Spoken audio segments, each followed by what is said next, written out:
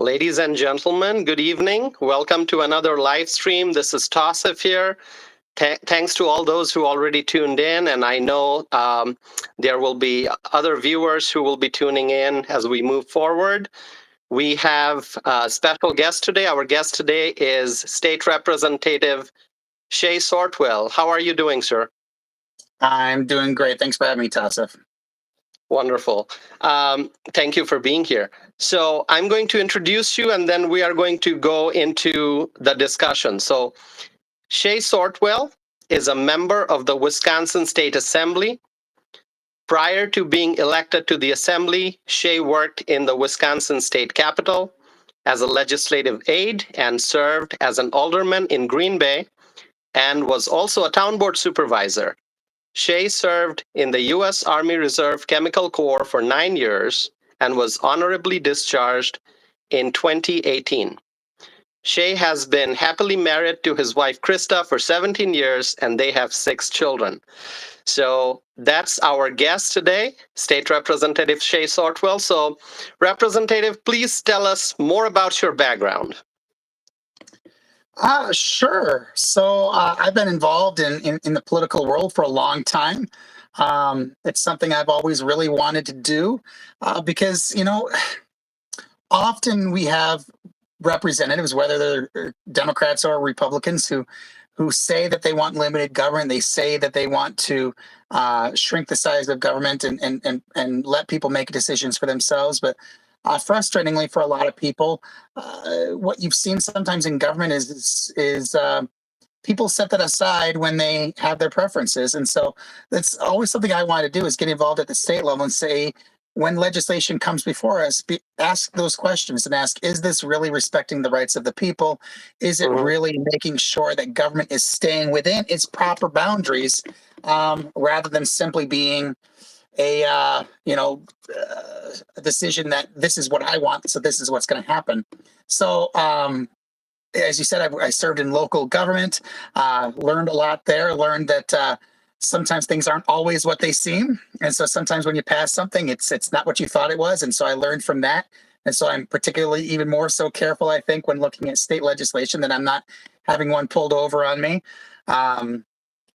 Let's see, what else about me? Christian guy, Presbyterian. You already covered, I got 6 kids, so the Biden inflation is hitting our family pretty hard on the food budget. And now, in addition to being in the state legislature to help ends meet, and just because I think it's good for legislators to do it, I also work part-time driving freight trucks.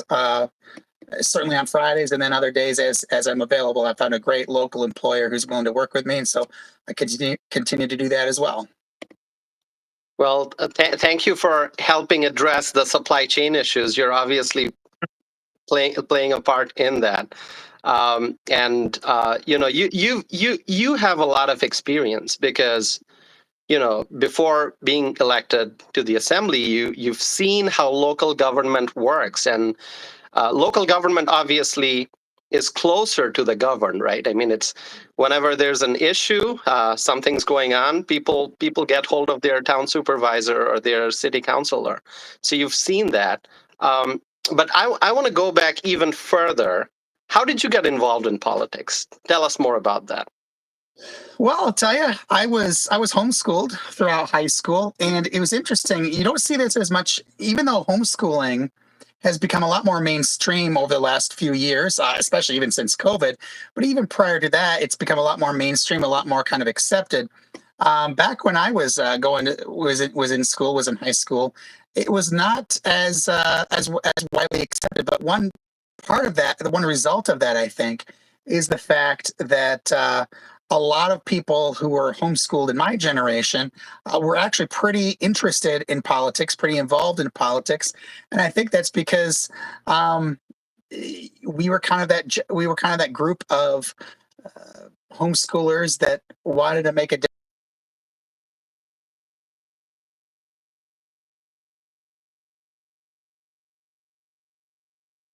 of parents to educate their children. And so, I've been interested in it for a very long time. And then when I went to college up at UW Green Bay, it almost kind of fell into my lap. The RNC was hiring people to be their coordinators at UW campuses. That was the '04 campaign, so that would have been to support George W. Bush, and I was their campus coordinator to try to get out student votes for George Bush that year. Yeah. And so you've obviously had exposure to politics from a young age. Let's now talk about your experience in local government, because this is something that I try to highlight to my viewers, and as I'm talking to people, that it's very important to get involved in local government, to run for city council, town board, school board. Tell us more about your experience in local government and what you learned. Yeah. Yeah, well, the first thing I learned is that on the campaign side of things, you can never do enough to campaign, and you've never done enough work. I ran for that office a couple of times. The first time I ran was 2008 for city council in Green Bay against a man named with the name of Dan, and I thought I'd done enough work, but it was a pretty democratic area of the city. But I thought I'd done enough work to win, and he crushed me 75% to 25%, roughly speaking. Well, I took that lesson to heart, and I came back 2 years later against the same guy, and I worked my tail off, and I won the second time around by 6 votes. So let me tell you, I know about close elections, and I know about actually working a lot harder than you think you need to, because sometimes that's what it's going to take. And then once I got elected, I'll tell you, it's really interesting. The difference between local government and state government, at least back when I was in this local government, and I think to a great extent, it's still true, but maybe fading a little bit, because back then, the parties, the Republican Party, the Democrat Party, were not as involved in those local elections. They had their preferred candidates, and they'd let their people know, but you didn't see the kind of money being spent by either third parties or directly through the parties to support these nonpartisan races. So that's been a bit of a shift. But when I was there was a lot more collaborative work between what you might call the more liberals on the board and the conservatives on the board. There certainly were differences, and there were definitely lines that had been drawn that, okay, these are the conservatives on the board, these are the liberals on the board. But it wasn't a hard line. It wasn't something where it's just like, okay, I'm the Republican and I'm going to vote this way, or I'm the Democrat and I'm going to vote this way. It was a lot more of a cooperative effort, and really trying to actually convince your colleagues of those issues, and really trying to actually work one-on-one with these people, regardless of their partisan persuasion. And I've taken that to heart greatly. In the legislature, because especially right now in divided government, when you've got a Democrat governor, a Republican legislature, if all you do is pass Republican bills, it's not going to go anywhere. If a Democrat legislator simply introduces a Democrat bill, it's not going to go anywhere, because the Republicans aren't going to pass the Democrat bills, and the Democrat governor is not going to sign the Republican bills for the most part. And so you really have to try to figure out how you can convince some colleagues on the other side of the aisle that, in fact, your bill is worthwhile and is good for the people of Wisconsin. So in that sense, something I took from the local government is really serving me well now. A lot of the people in the legislature when I came into office, that was the same election that Scott Walker lost, and that was disappointing, obviously. But I came in, but I came in that year, so I've never served with a Republican governor. A lot of the members of the legislature, that's all they've ever served with until a couple of years ago. They'd spent years and years with a Republican majority and a Republican governor, and they could pass whatever they wanted, and it was pretty much that's what it was. That's not the case anymore. And so, I've been able to develop some relationships with a couple of good, well-meaning Democrats that aren't completely crazy. Most of them are pretty far out there, but there's a couple that you can reason with, a couple you can work with. And so that's something I took from local government is treat these legislators, even if they're liberals, even if they're Democrats, treat them like individuals. They're not just the Democrat Party. They are a representative in their own right. And if you can convince one or two or three of them to come along with you on a policy, one that tends to make a lot of the other Democrats go along too. But if nothing else, it puts the governor in a difficult position if he wants to say no to a bill, because now we've got a bipartisan bill. So that's something that came out of local government and has served me well. And I would highly encourage people to get into local government. Not only is that kind of the proving ground for future state legislators, future congressmen, and that type of thing. Uh, but it also stops. I mean, you saw during COVID, a lot of the craziness that was coming out was at these local government levels, whether it was school board or city councils. And so it's incredibly important that you make sure you have people in those positions, even though for the most part, most of the decisions being made are kind of nuts and bolts, potato and beef and potatoes, not really shouldn't be partisan issues. Sometimes when the opportunity presents, uh, people with particularly liberal persuasion will utilize those opportunities to really flex their partisan muscles. And you don't want that. You want to make sure there's responsible people in those offices who respect the rights of the people. So even though 99% of the time you're just going to continue along without real problems and everything will be fine, even if a Democrat's elected there, there's always going to be those opportunities where they're going to find opportunity to push their agenda. And so you really need to make sure we keep a tight grip and a good vision on what's going on in our local governments. Absolutely. Yeah. Thank you for highlighting that, and thanks for emphasizing the importance of finding common ground to do the work at the state level. So I was going to ask you what made you run for state assembly, but I feel like I already have found the answer, unless you want to add anything else. Was there like something particular that prompted you to take the next step? No, there was nothing else. In all honesty, state assembly, very specifically, state assembly has always been the position that what most interested me. I'm a states' rights kind of guy. I really support the 10th and 9th and 10th Amendments of the federal Constitution, that the power is supposed to be reside in the states. And so this is really what I've wanted to do to try to, I believe, best protect the rights of the people.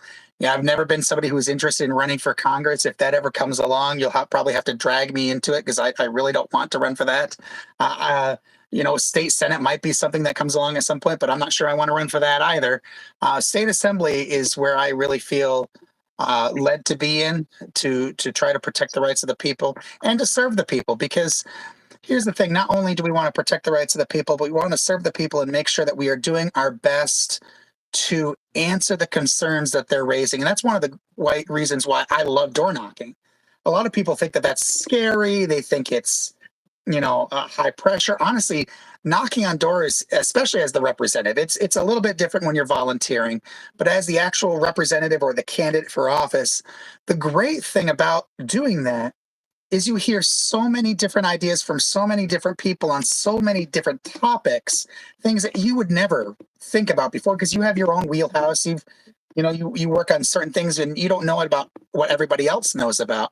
I can think of one, two, three, four, probably five bills at least that right now my office is working on drafting to introduce next session that I got just over the last 2 months from knocking on doors and talking to people.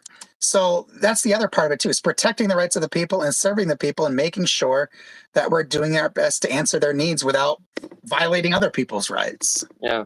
Yeah, and I'll have to tell the viewers that I do follow your your activities on Facebook, because I can see you're posting pictures of when you're going out and knocking on doors, and that's what voters expect from their representatives, that they'll put the effort in to actually go and meet people and to shake hands and to hear directly from the voters. So Yeah. I can clearly tell that you do a great job with that.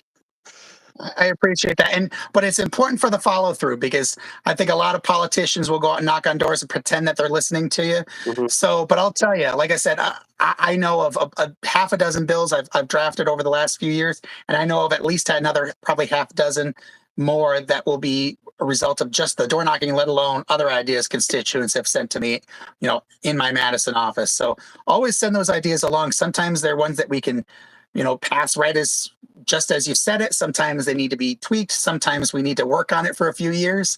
Um, but at least my office, we don't just throw those ideas in the trash and pass our own brilliant ideas because, of course, we're so brilliant, right? No, we actually listen to the people and try our best to figure out how to answer those concerns. And sometimes it's answering it in a different way than you thought it could be answered, but nevertheless trying to find those answers. Absolutely. Absolutely. So now let's go into the discussion of your district. And I have some questions I'm going to ask you about the redistricting and how the maps are changing. But before we go into that, just tell us about your district as it stands now. Sure. So my old district, what it used to be, was roughly speaking, it was the city of Two Rivers on Lake Michigan in Manitowoc County, for those who aren't close by. It's the second largest city in Manitowoc County, Two Rivers, right on Lake Michigan.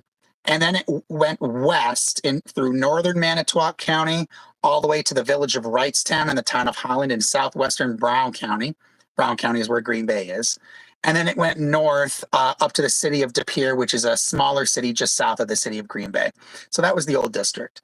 The new district took away both the city of De Pere and the city of Two Rivers away from me, but it kept all of that area in between and expanded it a little bit. I got a couple of towns and villages expanded there.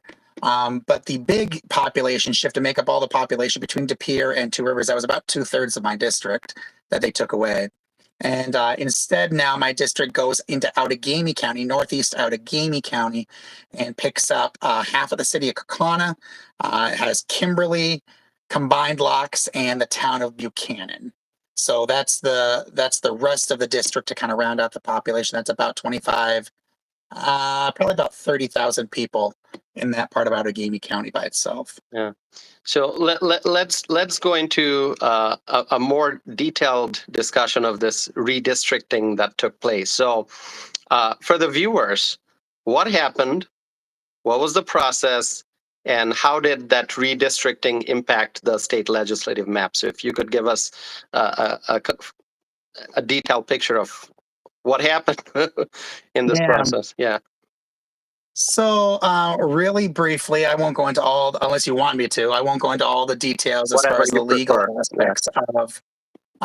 aspects of how we got to where we are. But basically speaking, the state Supreme Court had their majority flipped from a conservative majority that was willing to actually uphold the rule of law and interpret the Constitution with definitions that have been widely accepted and had been established already by federal courts, and instead decided to create their new definitions related to how districts could be drawn. And so they took the old maps that we had, threw them out, said they weren't constitutional for this new definition that they established, and so they said we had to draw new ones. They then hired some partisans from out of state to analyze a number of different maps to see which ones would be the quote unquote best. But of course, being as they were out of state partisans and Democrats, we all know what kind of maps they think would be best.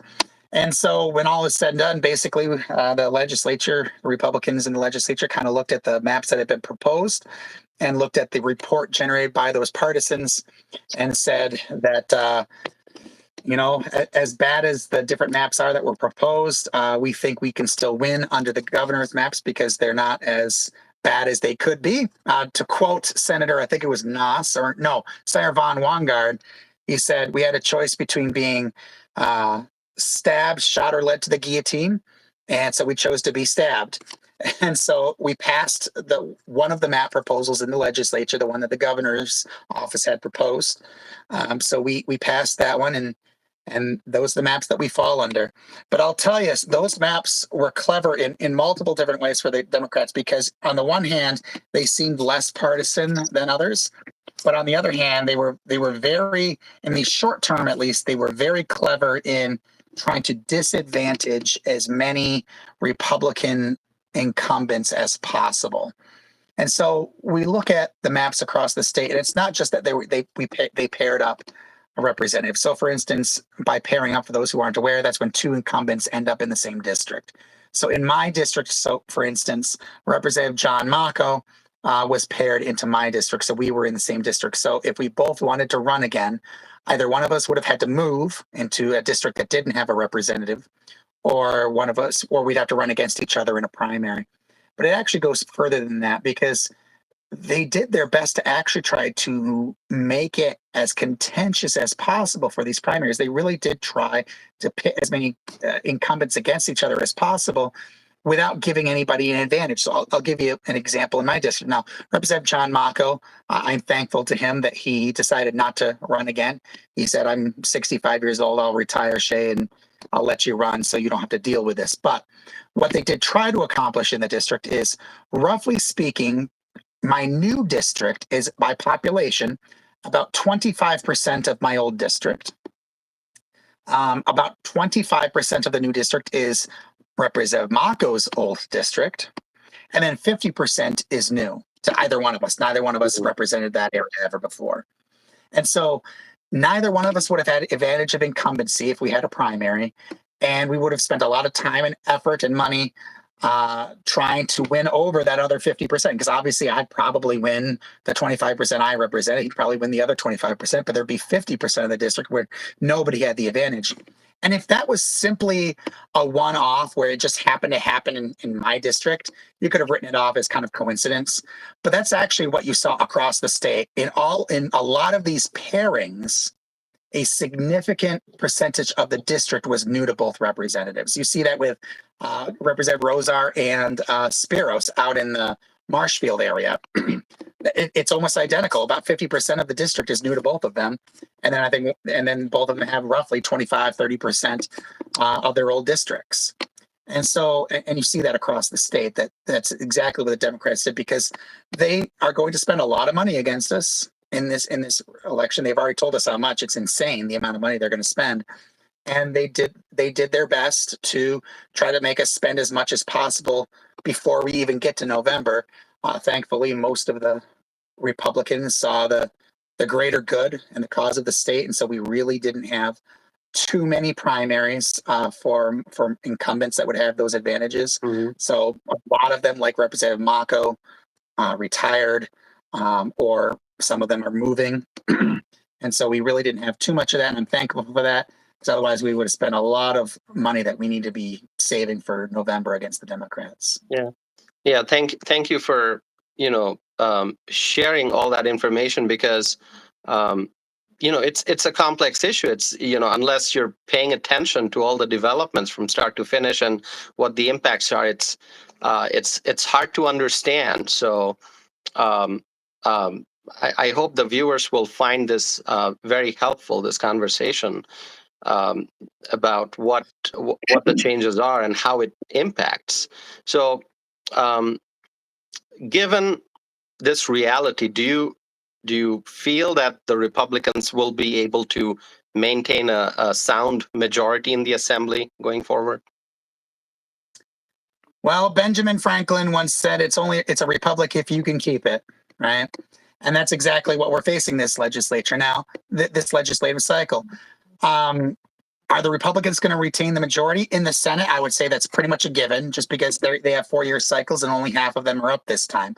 However, it's really important to note that there's actually a couple seats we really need to win this time around to make sure we actually hold the majority in 2026. So that's the thing. We will have the majority in the Senate for 2 more years. But if there's a couple of tough seats this time around, if we don't win 1 or 2 of them this time around, then we're in a real risk of losing the majority in the Senate in 2 years. So the Senate is important now, but might have a delayed effect depending on the results. The Assembly, look, we're going to have to win districts that at the top of the ticket, Joe Biden won 2 years ago, 4 years ago, I guess. 4 years ago, Joe Biden won some of these districts. The Democrats drew districts that they can theoretically win. And we need to be cognizant of that. We need to understand that and really put in the effort that it's going to take to win these seats. What I will say as it relates to all of that is, What I will say to that is, one, we have some great candidates running across the state, but keep in mind how much money the Democrats are going to spend. So Mako's old district, his was the 88th. The new 88th district up in Green Bay it took the city of De Pere from me, the village of Alloway from Representative David Steffen, and it took the village of Bellevue from Representative Mako, and that's the new 88th. That is one of the districts that I'm sure, I guess I can't say 100% for sure, but I'm like 99% sure, that is going to be one of these targets by the state assembly Democrats, where they have promised to spend $1 million per assembly race that they are targeting. They're going to target roughly 15 of them. There's about 35 assembly seats that they can feel relatively confident that under normal circumstances they'll win. And then they're going to try to target another 15 or so to get themselves to the majority. They need to win these. Now, I personally don't think that they're going to win 15. Are they going to get more than their 8 or something they have right now?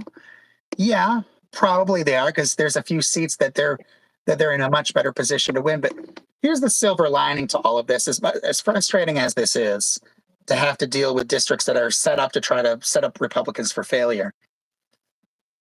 Democrats for years now have not actually campaigned as legislators in areas with, more regular everyday people. They've been in their bubbles, their Democrat bubbles, for an extremely long period of time.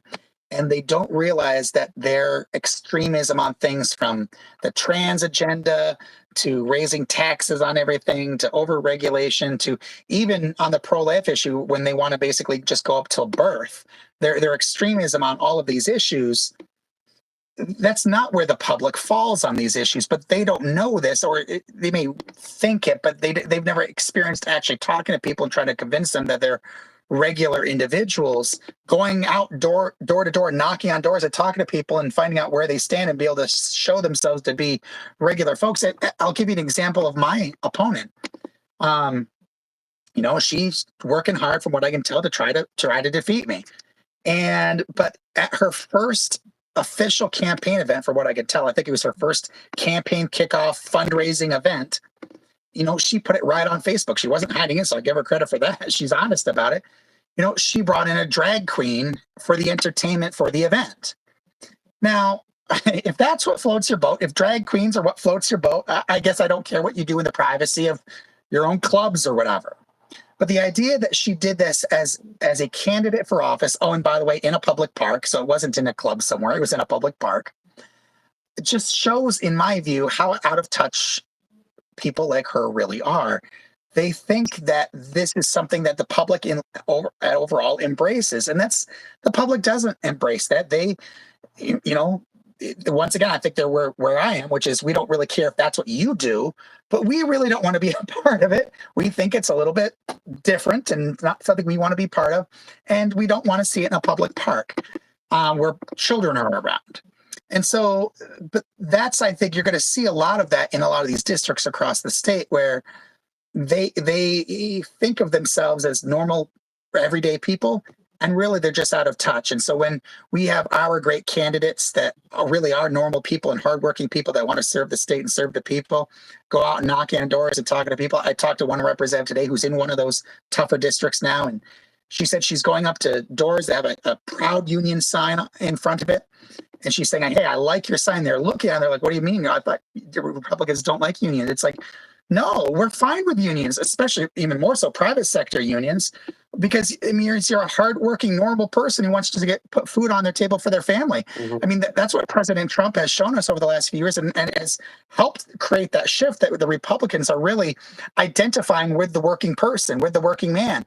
And I think as this campaign develops, you're going to see more and more of that, where hopefully I think President Trump is going to benefit in his election from having good Republican Assembly candidates knocking in areas that we haven't necessarily knocked before, because they were tougher areas for us. And now we're going to go out and we're going to win those areas. And when those people are voting for Amy Bensfield in Sheboygan or Pat Buckley on the west side of Green Bay, when they go out and vote for those folks, they're also going to be pulling that lever for Donald Trump. Yeah. Yeah, I mean, I see that when I look at, because I live in Dane County, so it's a heavily Democratic area, Belly of the beast. Belly of the beast. and but I pay attention to what's happening here, what's happening in some of the other parts of the state, and I do see candidates on the left who, if you observe their actions, you know they are out of touch. Mhm. They seem to not understand what the priorities are. You know, it's about people are trying to work hard, put food on the table, and people want common sense policymaking. But when Right. yeah, so I completely understand when I see some of these liberal candidates how out of touch they are. So let me now ask you, as you are knocking on doors, as you are traveling, you're meeting new people in your district, what are some of the biggest issues you hear about from the constituents? I know inflation is probably number one, but Inflation is a big one. Just the economy in general is a big one. I'll tell you, I knocked on a door today, incidentally, as it turns out, a union household, but strong Republicans. And she was telling me, it was the wife I was talking to, and she said her husband is a union member, and unfortunately, he's spending most of his time out of state because there's not work for his union in Wisconsin, which I think goes into the story that was in the news just a week or so ago, that said Wisconsin is ranked 40th or 41st out of 50 states in the for the state of our economy. Well, there's 51 because they included the District of Columbia in the rankings.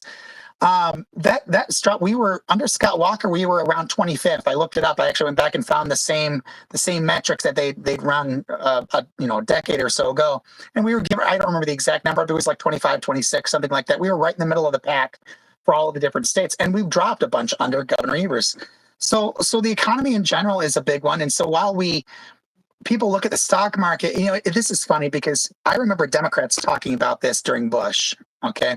I remember them talking about a jobless recovery, talking about that the recovery for the stock market under Bush was only for the rich because it was all about the stock market. Funny thing is you could say that same thing now under President Biden.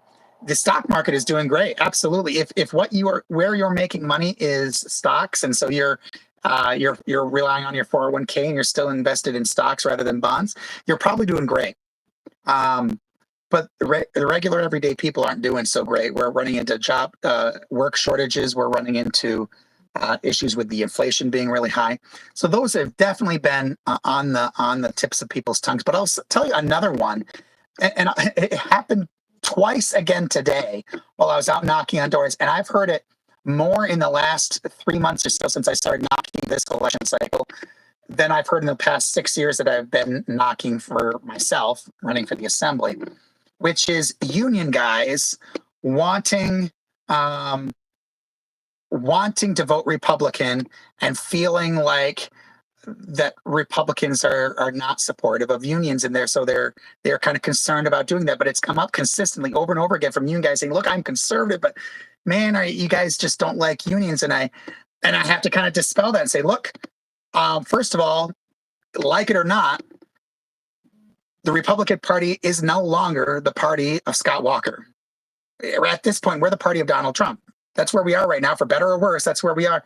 And Donald Trump had the head of the Teamsters at the RNC. mm-hmm. He's been supported by the steel workers. I've received support from the local plumbers and steam fitters union and I've met with the carpenters union for the first time in 6 years. They've never wanted to meet with me, and all of a sudden, out of the blue, a few months ago, the carpenters union calls me up or emailed me or whatever, and said they wanted to meet and talk about policy issues, right? And so all of a sudden, there's a shift here.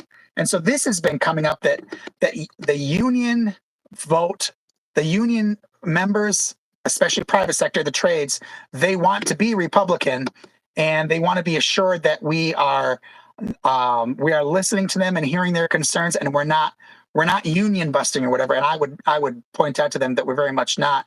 And as long as you're a hardworking individual who wants to support his family or just want to go about your daily life and not be bombarded by the woke and or pro-trans agenda, we're on your side. And that's what I've been hearing a lot of consistently over the last 8 to 10 weeks. So going into the next session, in the new year, what will be your big priorities? As you know, I'm hoping and praying you get elected again. So going into The plan. you're definitely working hard. I'm pretty confident, but obviously you have to continue working hard and meet more voters. And I'm going to ask you some questions about your campaign too. But what are some priorities going forward? Sure. Well, there's a bunch of priorities. As I said, I actually work on a lot of bills. I probably write more bills than almost any other legislator. The only person who might write more is Senator Jacques. He writes a lot of bills too. But I write a lot of bills because I do write those bills for ideas that my constituents give me. But in addition to those, which do tend to be more niche issues, in addition to those, um, the big issue is going to be the economy, and there's different ways to try to approach that. Now, obviously, a lot of that has to come down from the feds, and unless the feds start shaping up, and hopefully we elect Donald Trump to help with that, Wisconsin can only do so much. But we can improve as it relates to other states. And so, if we're ranked 41st in the nation, that's unacceptable, and we really need to be moving up the rankings there. So energy is going to be a big one, trying to figure out what we could do to try to make energy cheaper, more affordable, more accessible in Wisconsin. Right now, I'm on the utility committee in the assembly, and right now Wisconsin is importing electricity to the state. We don't produce as much as we use, and we're going to be using more and more of it. Right now, Microsoft is going in down there in southeastern Wisconsin. Data centers use a ton of energy. Obviously, we're a big manufacturing state. Manufacturers, paper companies, steel plants. Well, we don't have. Well, we do have some. Foundries, yeah. Some foundries, they use a lot of electricity. Manufacturers use a lot of electricity, and so we need to be looking at how to get more electricity and get it cheap. I am really going to be pushing, see what we could do to encourage the building of nuclear power here in Wisconsin, especially since the feds have, the Democrats have finally come around on that. And, President Biden has said he supports that. So that's going to be a big deal. Occupational licensing, making sure that if people want to work, the government is not getting in their way with an occupational license requirement that's unnecessary. Not saying we need to get rid of the license necessarily. Maybe we can. But making it easier for people to come in from other states and get their license, make it easier for new graduates to get their license. We had some great bills that we passed. Some of them passed all the way through, and the governor vetoed them for no great reason, because it doesn't even keep in common sense with what other things he's done. One of the ideas I had is, so in Wisconsin, if you graduate our law schools, you Marquette or Madison, Mhm. you're automatically admitted to the Wisconsin bar. You don't have to take a bar exam where say these are our schools. We trust our schools to teach Wisconsin law. And if you graduate from our schools, then you know Wisconsin law, and you are automatically an attorney in Wisconsin. I said, well, can't we apply that, say, to the dental school? If you go to our dental school, shouldn't we trust you that you indeed pass this? And I brought this idea to the governor's office. I didn't hear much back from them on that, because I wanted to get their buy-in before I proposed this. Well, I just found out a few weeks back, the governor's office figured out how to do this through the rules. So he took my idea and embraced it.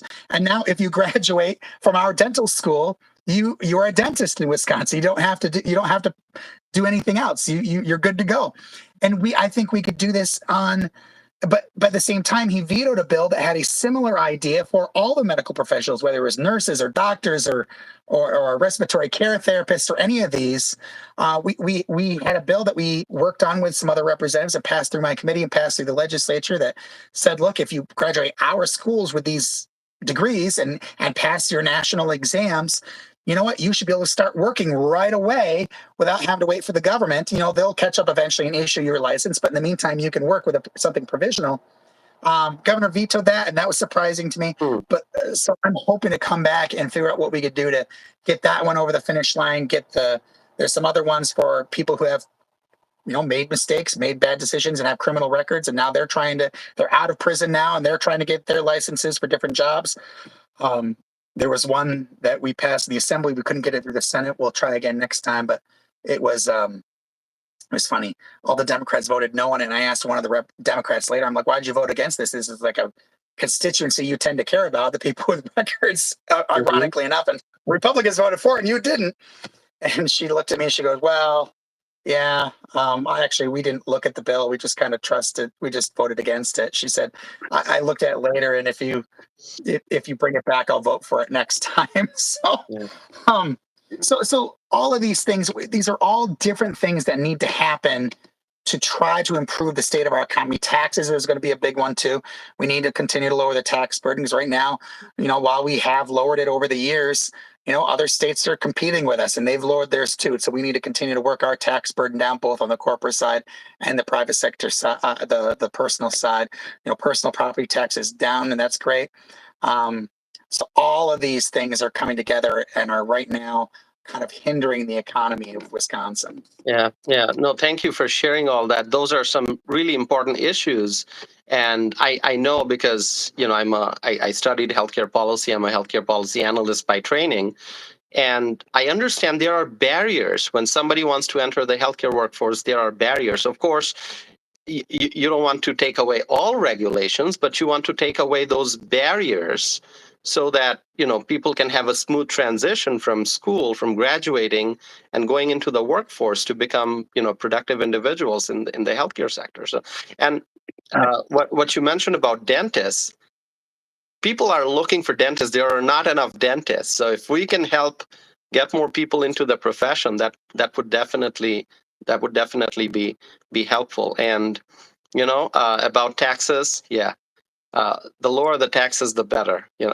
As a conservative, that's how I feel. So thank you for sharing your priorities, and I'd definitely be curious to see where the ideas go, because when a legislation is introduced, it's a long process. Yeah. A lot of bills die, and a lot of bills get successfully signed into law. So. Yeah, I've already opened up some communication lines with a couple of Democrats that have been able to work with in the past, because I want some of these things signed into law, and we did that with a number of election bills. We had a bunch of election bills that got vetoed a few sessions ago, we wanted to fix some of these issues, and so I asked her and I said, "Hey, look, I know you can't support all of these, but if we set politics aside, which of these do you actually have a problem with?" On the policy. And so we worked through that. And so we were able to pass, I don't remember the exact number, but I think 7 or 8 election reform bills this session to help improve our election process, fix some of the issues that conservatives have been concerned about since 2020. I didn't necessarily stand on the rooftops blaring my trumpet for the huge victory that some of these were, because quite honestly, I wanted the governor to sign them. And so if I made it all about how this is a Republican victory, they were never going to pass. And so, but we were able to accomplish that with a number of those issues.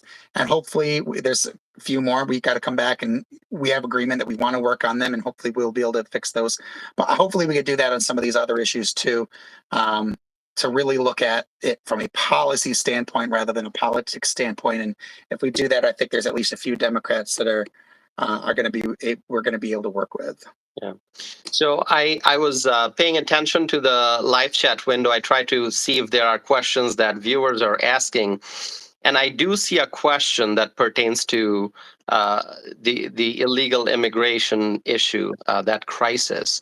So Terry Dunlap, she's a friend from South Dakota. She's asking, can legislature pass bills to prevent our state taxes to support illegal immigrants? So Terry wants to know what can be done to make sure that our taxpayer dollars are not going towards illegal immigrants. I mean, that's a big issue in Illinois, as you know, in New York. But do you have any thoughts or concerns in that regard? Yeah, well, as I mentioned with some of the other issues, at least for the next 2 years, so long as Governor Evers is there, that we need to pass something that we think the governor is going to sign. Um, that is one of those ones that I'm sure is a political enough hot potato that I'm not sure that there's much of anything we would pass that he would be willing to sign.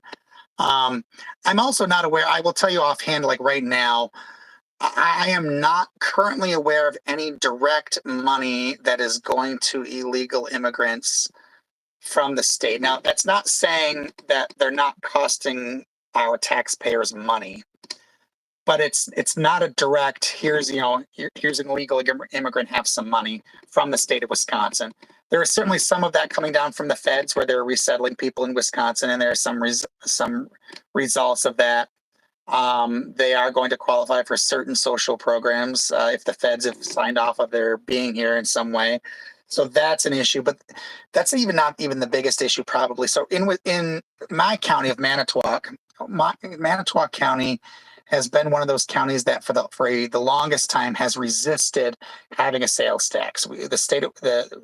Manitowoc County has not passed a sales tax. Unfortunately, by the end of the year, we will have a sales tax. Mm. And if you look at the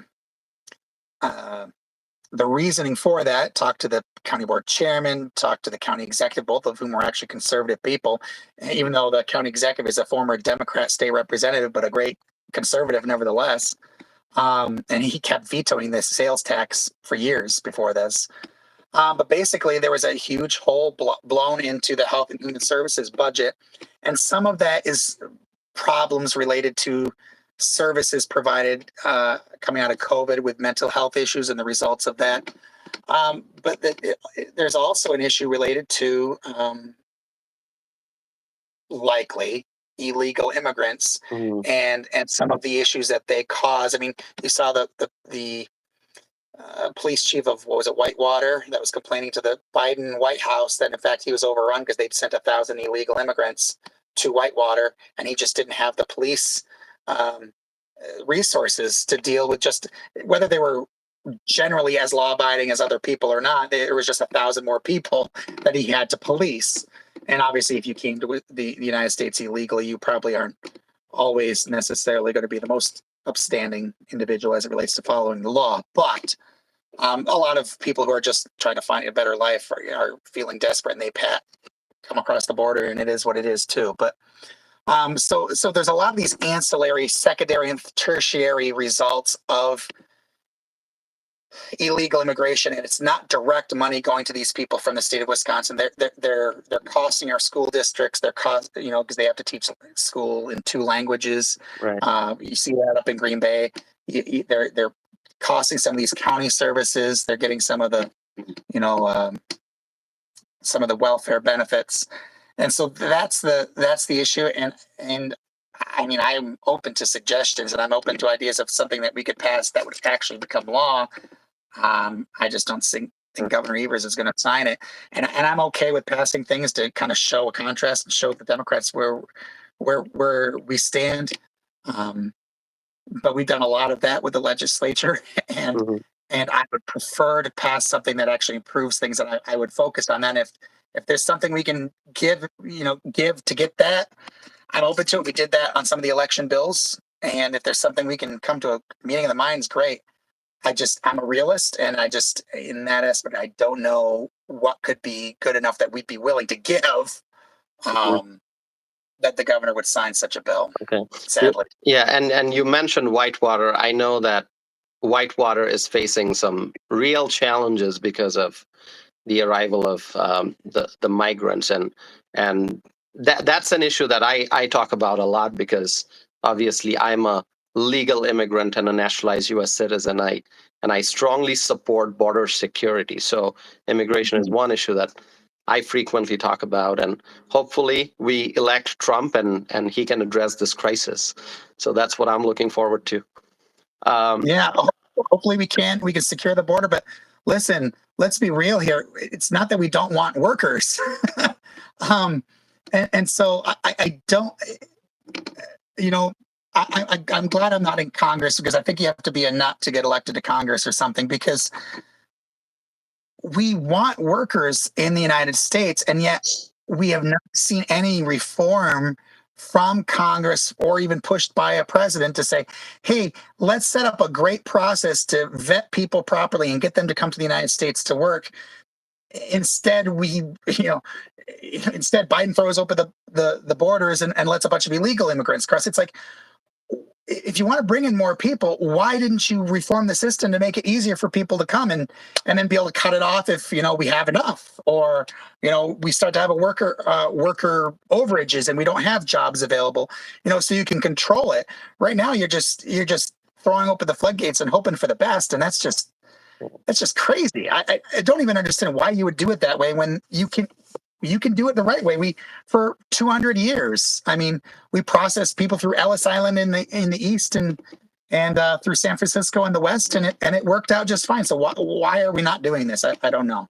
Yeah, I tell people that there's so much of room for improvement and efficiency in government. So you hear stories from legal immigrants who had to wait for years to get an immigrant visa or to get the right paperwork to come into the country, and then at the southern border, people are just walking in violation of our laws. So how can we improve the legal immigration system so that people are not waiting that long, so that we have enough resources to process those people so that we can get the workers we need?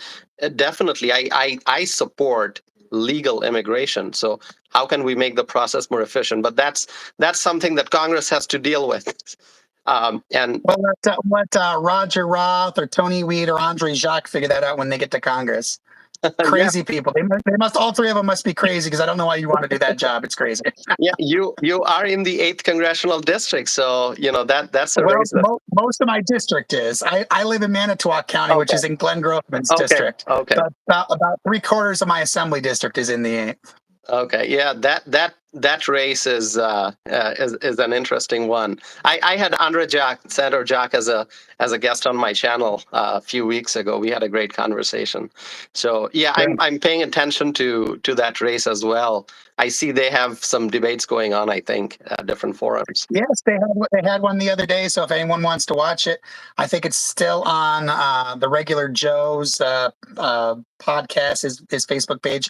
Also, Fox 11, I know, streamed it, Okay. so you can watch it. I watched it on Fox 11's page the other day, because I didn't go to it, but I was interested in watching it, Yeah. and it was funny because Andre was on one side, and then Tony Weed was on the other, and then Roger Roth was standing in the middle. And if you watch it, that was a good way to set it up, because I think if Tony and Andre were next to each other, they would have come at each other, and so Roger was able to keep them separated from each other because they were bickering over who was the real conservative. It was kind of a good funny, the way that debates go sometimes. Yeah, I didn't have a chance to watch the event, but that's something I'm going to have to watch afterwards. The video. But I'm trying to stay up to date in terms of what's happening in the race. Sure. So okay, now let's talk about some of your campaign events. So as you are campaigning, in addition to knocking on doors, what are some of the other things you're doing? Oh, just getting out to as many community events as you possibly can. I mean, that's another thing too that you got to do so people get to see you. Because listen, when you go out and knock on doors, so I had an interview earlier with Channel 5, our local TV, one of our local TV stations. I got done with that about 3, and then I knocked on doors from when I was done with that until about 8 o'clock, when I came home, ate dinner, and then got on the internet with you here. And in that time, with all the doors I was knocking on, I probably talked to, you know, a couple dozen people. But if you get out to these community events, you really get to see a lot more people that you wouldn't catch them at the doors, because maybe they're working more, but they're taking time off. So church picnics, firemen's picnics, parades, all this kind of thing. You just got to get out into the public and make your presence known, so that if they want to talk to you, they see you, they come up to you, and they bring up issues, and they do. I was at a church picnic yesterday, and I had 2 or 3 different people coming up to talk to me about different stuff. I met one of the RNC's lawyers, who's now going to be my constituent, who represents the RNC for election integrity issues here in Wisconsin. I didn't Oh, realize he lived in my new district. Well, I guess he does. So he introduced himself yesterday at the church picnic. So Ryan was his name. okay. Okay. Well, you're obviously working hard, and and so I'm excited to see you, campaigning, and we need to work hard statewide. I'm hoping all the other Republican candidates are doing the same. So now I'm going to ask you a question. This pertains to a Wisconsin Supreme Court ruling, and I want to know your thoughts about it. So this ruling regarding absentee ballot drop boxes. What are your thoughts? Well, there's the practical side of things, and then there's the legal side of things. From the legal side of things, it's more par for the course with the new liberal majority in the Supreme Court. The frustrating thing about modern liberals, modern Democrats, is they really don't care about precedent. They don't care about the law. What they care about is accomplishing their goals. I would say the last liberal on the state Supreme Court that did seem to actually care about jurisprudence was Shirley Abrahamson. She was a liberal and on the court for a very long time. And even though I disagree with her on a lot of stuff, she did seem to actually care about jurisprudence and trying to follow the Constitution, granted from her perspective. You don't see that anymore among liberal judges. They just don't. They know what their goal is, and then they will find a way to justify it rather than trying to work your way through the legal reasonings in the case itself. So it is frustrating to have a Supreme Court that behaves in that manner. Now, on the practical side of things, as it relates to the drop boxes, while it is unfortunate that they are there, it is what it is at this point. It is what it is. You people can criticize me, say, "Oh, you're just giving in on this." Well, no, it is what it is what it is at this point. And we ought to use every tool at our disposal, every tool that the Democrats have used in the past to win in November. And Florida does drop boxes. Not saying I agree with it, but they do it, and they're pretty darn red at this point. And so I think that I think it was Rebecca Clayfish said this in her race in I guess it would have been the 2022 race, that we should be doing all this stuff that the Democrats are doing. We should be doing ballot harvesting. We should be IDing people, trying to get them to vote early, so that, well, what happens when you vote early? We actually get the record of who has already cast their ballot. The Republican Party does, and the Democrat Party does. And we then check that name off the list, and then we retarget all of our resources. So we're no longer making phone calls to that person. We're no longer sending them mail in. You think for that one person who cares, it's not relevant. Well, when you add that up with thousands upon tens of thousands of people across the state, you start saving a lot of money, and you can spend a lot more time and money going after the people who haven't turned in their ballots yet. And so she said we ought to do everything the Democrats are doing so that we can win. And she was attacked for that. And it was like, guys, if they're going to have a sixth player on the basketball court, even though we should only have five, well, we should have a sixth person too. I mean, you've got to be following the rules that they are following. And we may think that you shouldn't have that additional player on the court. It doesn't matter. We may not like that game, but that's the game we're playing. And and we shouldn't play a man down versus the other people just because we think that that's the way that the rules should be.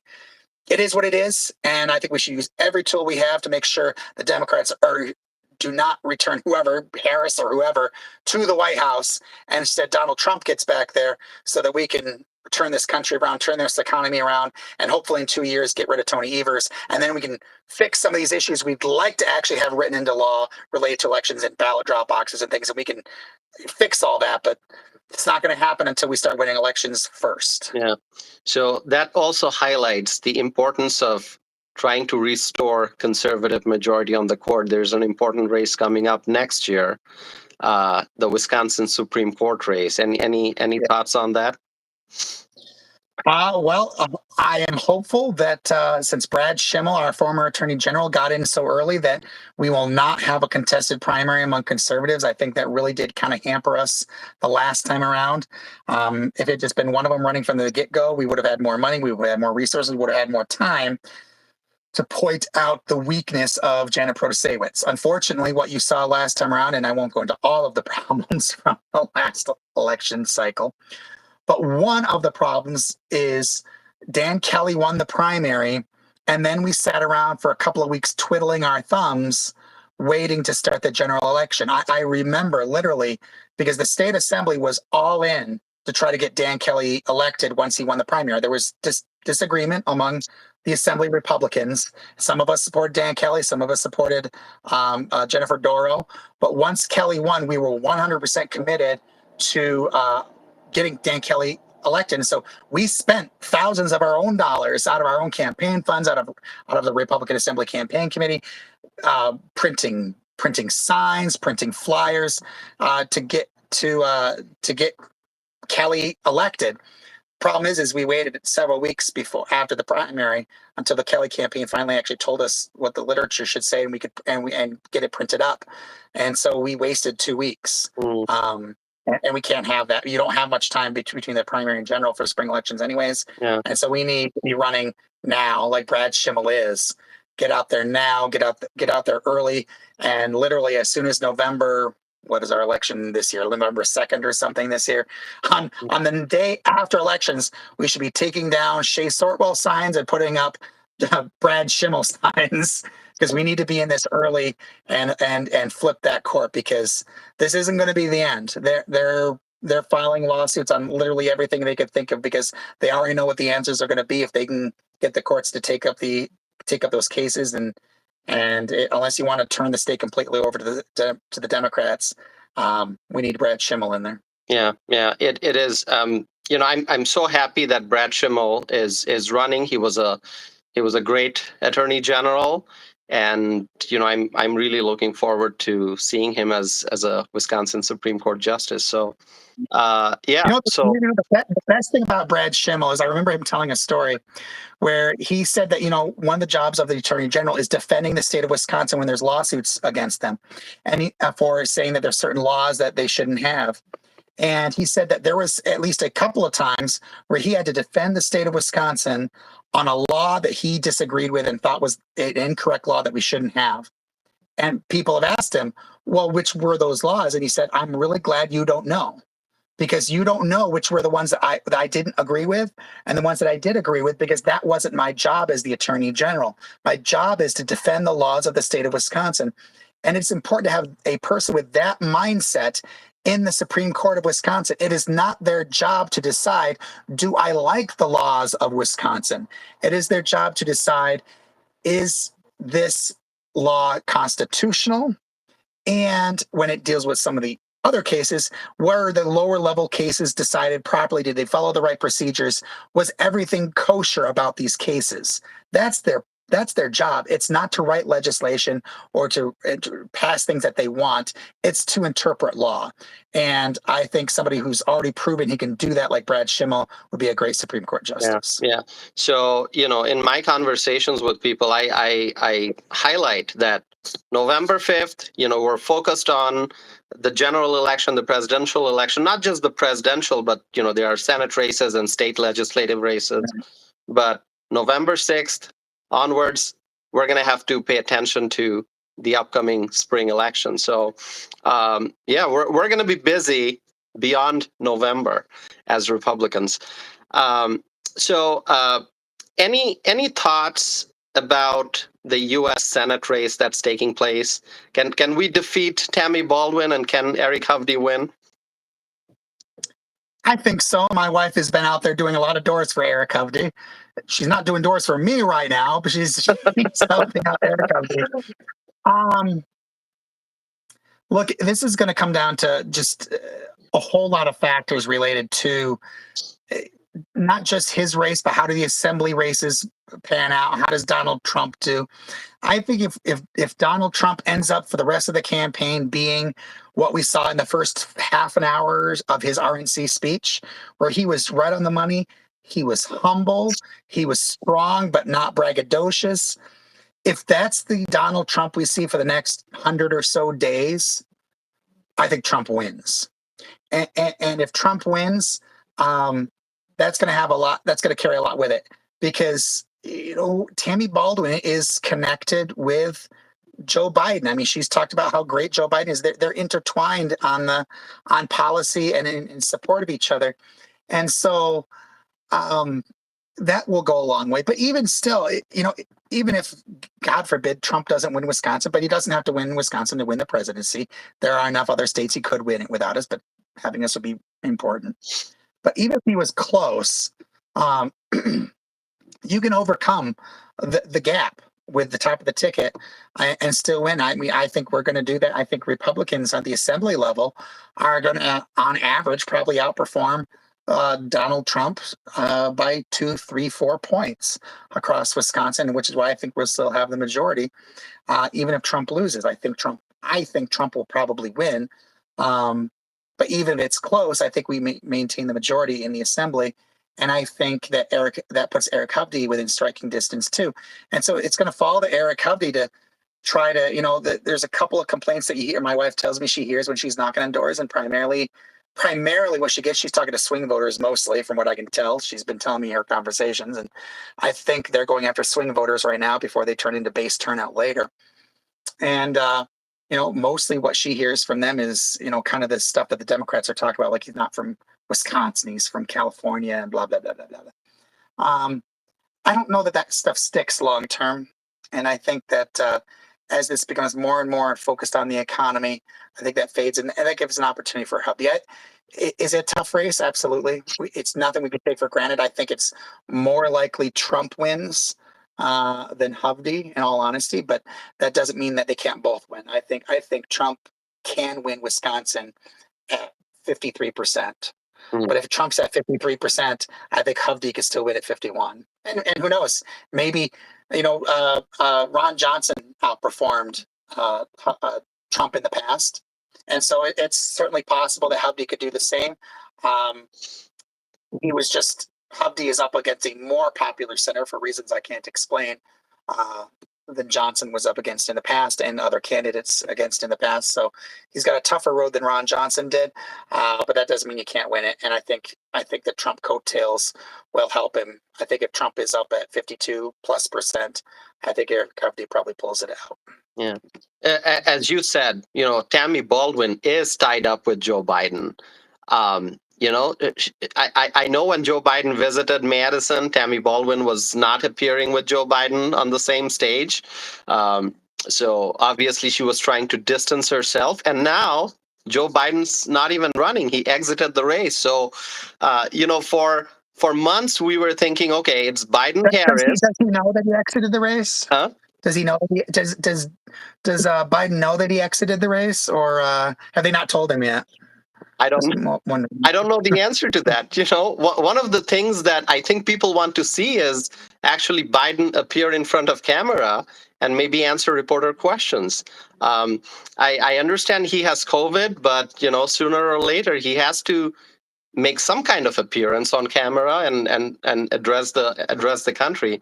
So going back to Biden's visit, Tammy Baldwin tried to distance herself, and now Biden's not even in the race. And so for all these months, we were thinking, okay, it's Biden-Harris, and we're going to have Trump, and who's going to be the running mate? What is the ticket going to look like on our side? And now we have our ticket, and now we don't know who we are running against.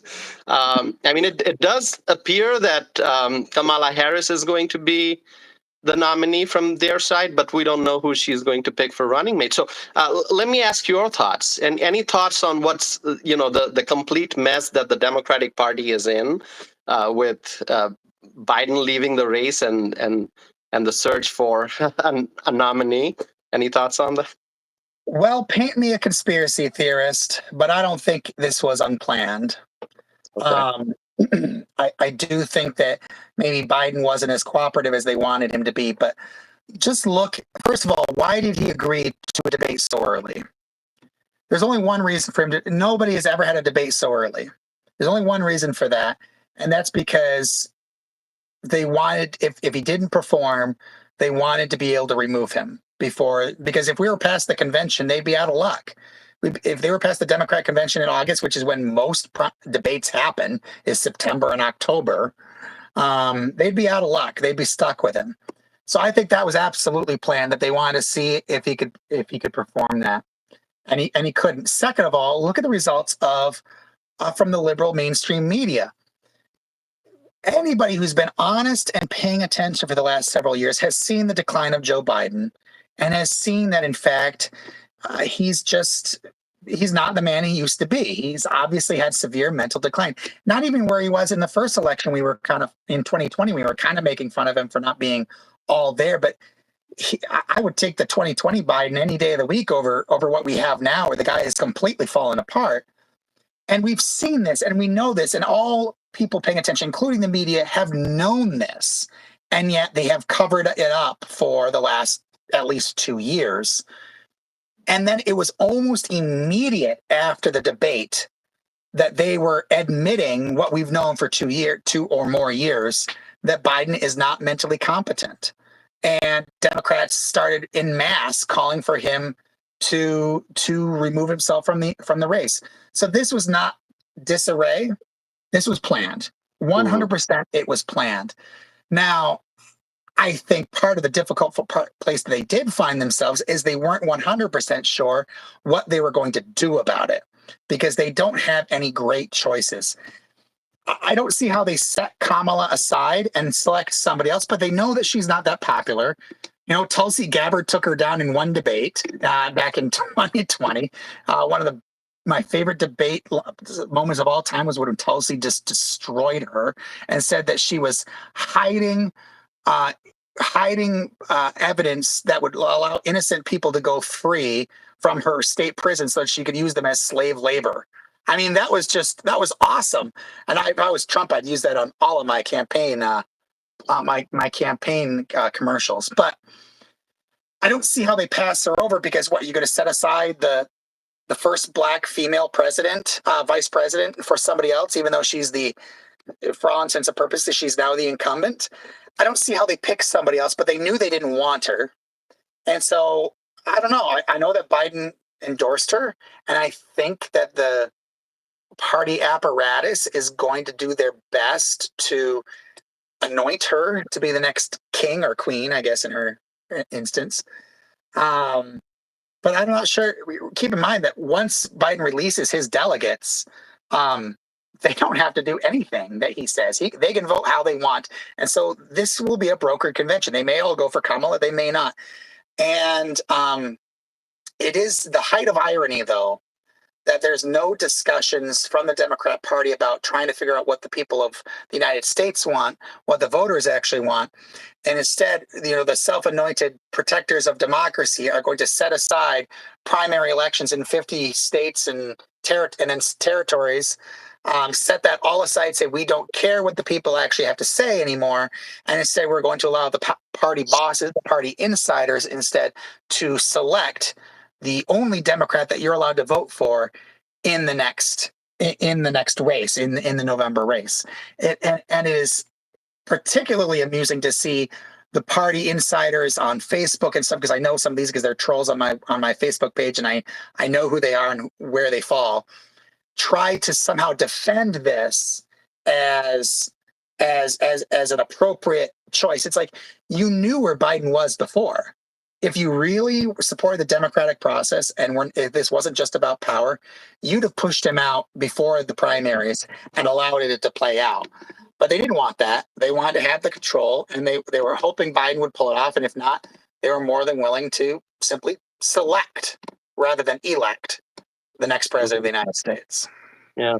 It's the question for the Democratic voters now is, the Democratic Party isn't really supporting democracy within their own world, because, like you said, the primary voters, their votes are now disregarded, and the party apparatus decides who it's going to be. So I'm trying to remember who the last presidential candidate was that was actually simply selected at a national convention by a major party.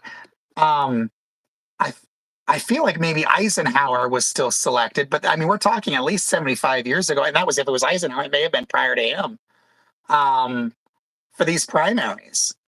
Because now we've had primaries and caucuses across the United States for decades and decades and decades now. You probably thought that the days of smoke-filled back rooms and and fat cats and party bosses selecting who your leadership should be were passed, well, apparently it's alive and well in the Democrat Party. Yeah. And so now we just wait to find out who Trump is going to be debating. I guess the second debate between Trump and Biden is not happening. It's going to be Trump versus whoever whoever they come up with on the Democratic side. If they even agreed to it. He already defeated one of their presidential candidates. We didn't even have to wait till election day. Yeah. And then JD Vance must also be wondering who he is going to be debating, because that's another question. Who's going to be the VP pick? I was seeing some news updates, and I saw that some of the names that were being discussed as possible presidential candidates, they have all endorsed Kamala Harris, like Gretchen Whitmer and Gavin Newsom and J.B. Pritzker. So maybe one of them will be the VP pick. I don't know. The party apparatus, the people on top, it is very obvious that they've decided that she's probably their best hope, and if she doesn't win, they also don't really care for her either. And so it's no skin off their nose if she ends up losing, because at least they were going to throw this election anyways. So either somebody they don't really want anyways loses, or she wins, and it's still better than Trump. So that's obvious. And so, yeah, I mean, it could be Shapiro, it could be Pritzker, it could be somebody complete. I don't know. If I were her, I suppose I would probably try to pick somebody from the Midwest. But in all honesty, I don't, because the steel belt, the rust belt is where this election is going to be won or lost. I don't know. I'm not sure I would want any of the candidates that you expect from this area to be that pick is, Pritzker. I mean, Pritzker from Illinois. First of all, Wisconsin doesn't like Illinois, so that doesn't really help you. Second of all, I mean, he's easy to go after because, while he was locking down his state, he was, having a grand old time in Lake Geneva because there weren't shutdowns in Wisconsin because we overturned all that. And instead of following his own edict in Illinois, he was coming here. So he has that whole Gavin Newsom thing. He just went out of state to do it. Gretchen Whitmer, she has some of the same similar stuff. Plus, it's an even tighter state, and she's really not liked there anymore. And I don't know if she sticks around in the next election cycle. Anyways, Shapiro from Pennsylvania is probably the most popular and might be her best pick. So it wouldn't surprise me. I've heard that team polls relatively well. So that wouldn't surprise me if that's the pick, because, at least Michigan and Wisconsin people don't hate the people from Pennsylvania like we hate Illinois.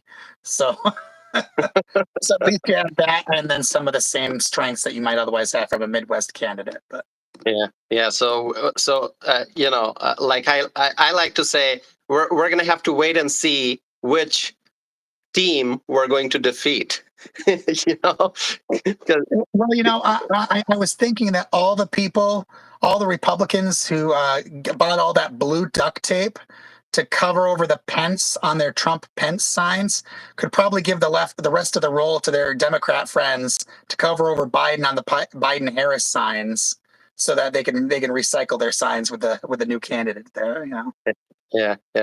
So it's just wonderful to see that RNC obviously was great. I wasn't there. I didn't attend, but I see lots of friends from Wisconsin did, and it's wonderful to see that the Republican Party, the party is people are united and they're supporting Donald Trump for November.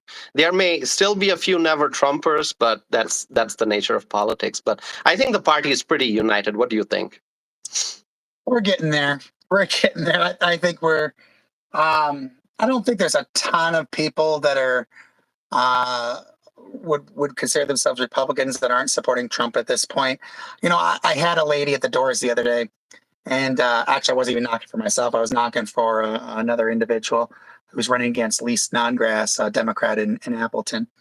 And I was getting signatures to get him on the ballot. And she said to me, she goes, I'm Republican, but, I really don't like Donald Trump. And I told her, I said, you know what?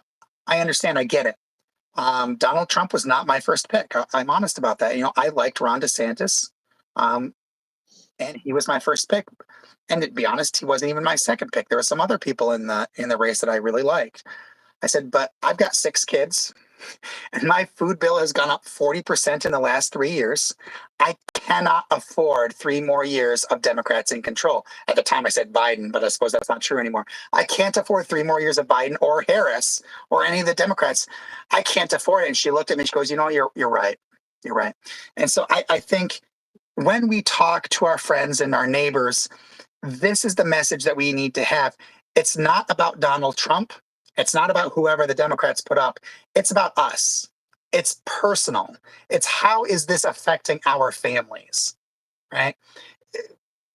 People do not vote in the numbers that you need to win because so-and-so has this great platform and has put together this great campaign stump speech, and I like him. That's all good stuff, and it can help you on the margins. But ultimately, what really drives an election is how is this affecting me and my family? How it will affect me over the next few years if this party is in government?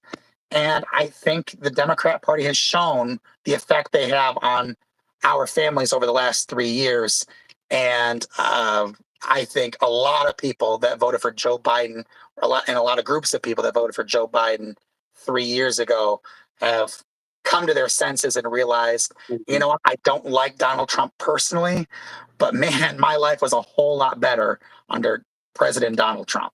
And I'm voting for him this time. And I think that's what you're going to see at the ballot box. Exactly. Vote for public safety, vote for secure border, vote for affordable grocery and affordable energy, right? I mean, absolutely. Yeah. And a lot of that is integrated. You want to talk about the cost of food. A huge part of that is energy costs, not only transportation, but farmers use propane to dry crops. A lot of people don't know that, but unless it was some really hot days to dry, they have drying racks for some of these crops. They burn fuel to dry.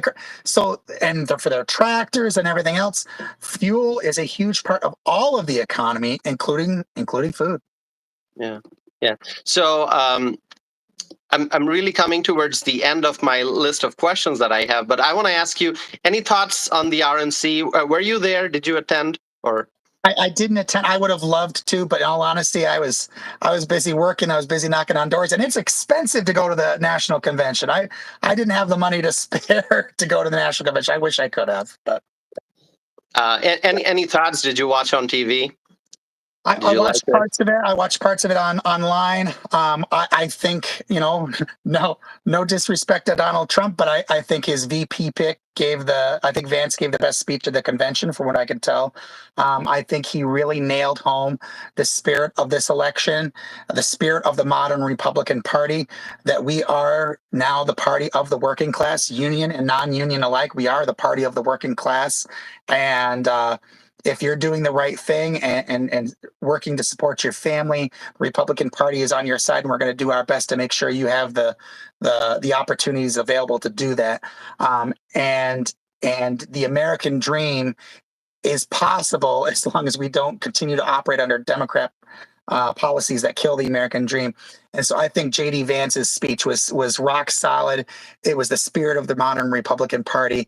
And I think that's the narrative we're going to push forward into victory in November. Donald Trump's speech was great for, I think, probably the more prepared parts of it. The first half hour or so of his speech, where you saw change Donald Trump, and maybe it's because he got shot at. I don't know, but there was a different spirit about him, where there was a humility, but a strength there that Absolutely. You haven't seen in the past. You saw strength in the past, and you saw his energy in the past, but you didn't necessarily see that humility. And people want leaders that aren't that they can relate to, that are people who famously, I remember them saying one thing that helped George W. Bush win the election is he's somebody you can have a beer with, right? Not a lot of people would probably feel comfortable going to Trump Tower and going into his golden penthouse and having a wine with him. That most people probably feel very uncomfortable and very just, on edge, because it's like, wow, this is like really special. But that's not the Donald Trump we saw at the convention. We saw Donald Trump, who is just a regular guy who wants to serve his country and realizes Absolutely. The enormous weight that it is to be the president of the United States. And if he continues that, I think that is the narrative, and that is the person that the people of Wisconsin and the people of the United States want as their president. Absolutely, absolutely, and I'm looking forward to Donald Trump winning Wisconsin and winning the presidency, and we are so happy that he's safe after that incident that happened in that assassination attempt. Thank God he's safe. Thank God he's safe. And it was somebody. There have been some critics that say, "Well, what about the other guy that died? God's grace wasn't good enough for him, or something?" And it's like, and then I saw somebody else saying, "Oh, well, God didn't save Abraham Lincoln, so how can you say that this is?" And I looked at him and I said, "Well, I can't presume to know the mind of God."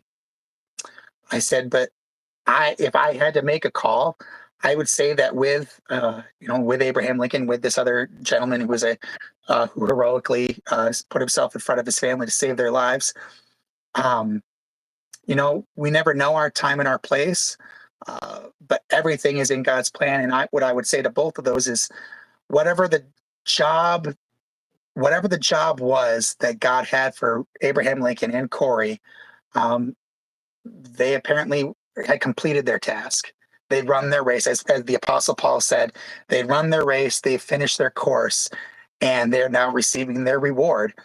And so what I would say to that is, it seems to me that there's still something left for Donald Trump to do. Now, I don't know if that's win the presidency.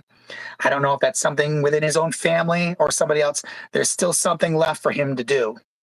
And I am hopeful that thing to do is turn our country around. But ultimately, this is all in God's hands, and we can trust in Him, regardless of election outcomes, or regardless of personal circumstances. And I think that's what Donald Trump realized when he got up. Well, maybe not when he first got up from the stage, because he was pretty passionate and angry at that point. But I think on reflection, looking at that, I think that's the realization that Donald Trump came to, that we are all in His hands, and there's a plan, and our role in this is to serve our Lord to the best of our ability. Absolutely, and our hearts break for the thinking about the family of Corey Comparator. May his soul rest in peace, and may God keep his family safe. Right. And we're also praying for the others who were, shot at and they were injured. Yes. That day in Pennsylvania. So we're praying for the safety of everyone. So thank you so very much for joining this live stream. It was great having this conversation with you. Before we end this, would you like to share with the viewers how they can connect with you or find more information? Your Sure. website or social media. Yeah, you can certainly connect with me through the website. It's pretty simple. It's votesortwell.com, VOTE, and then my last name, Sortwell, SORTWELL, votesortwell.com.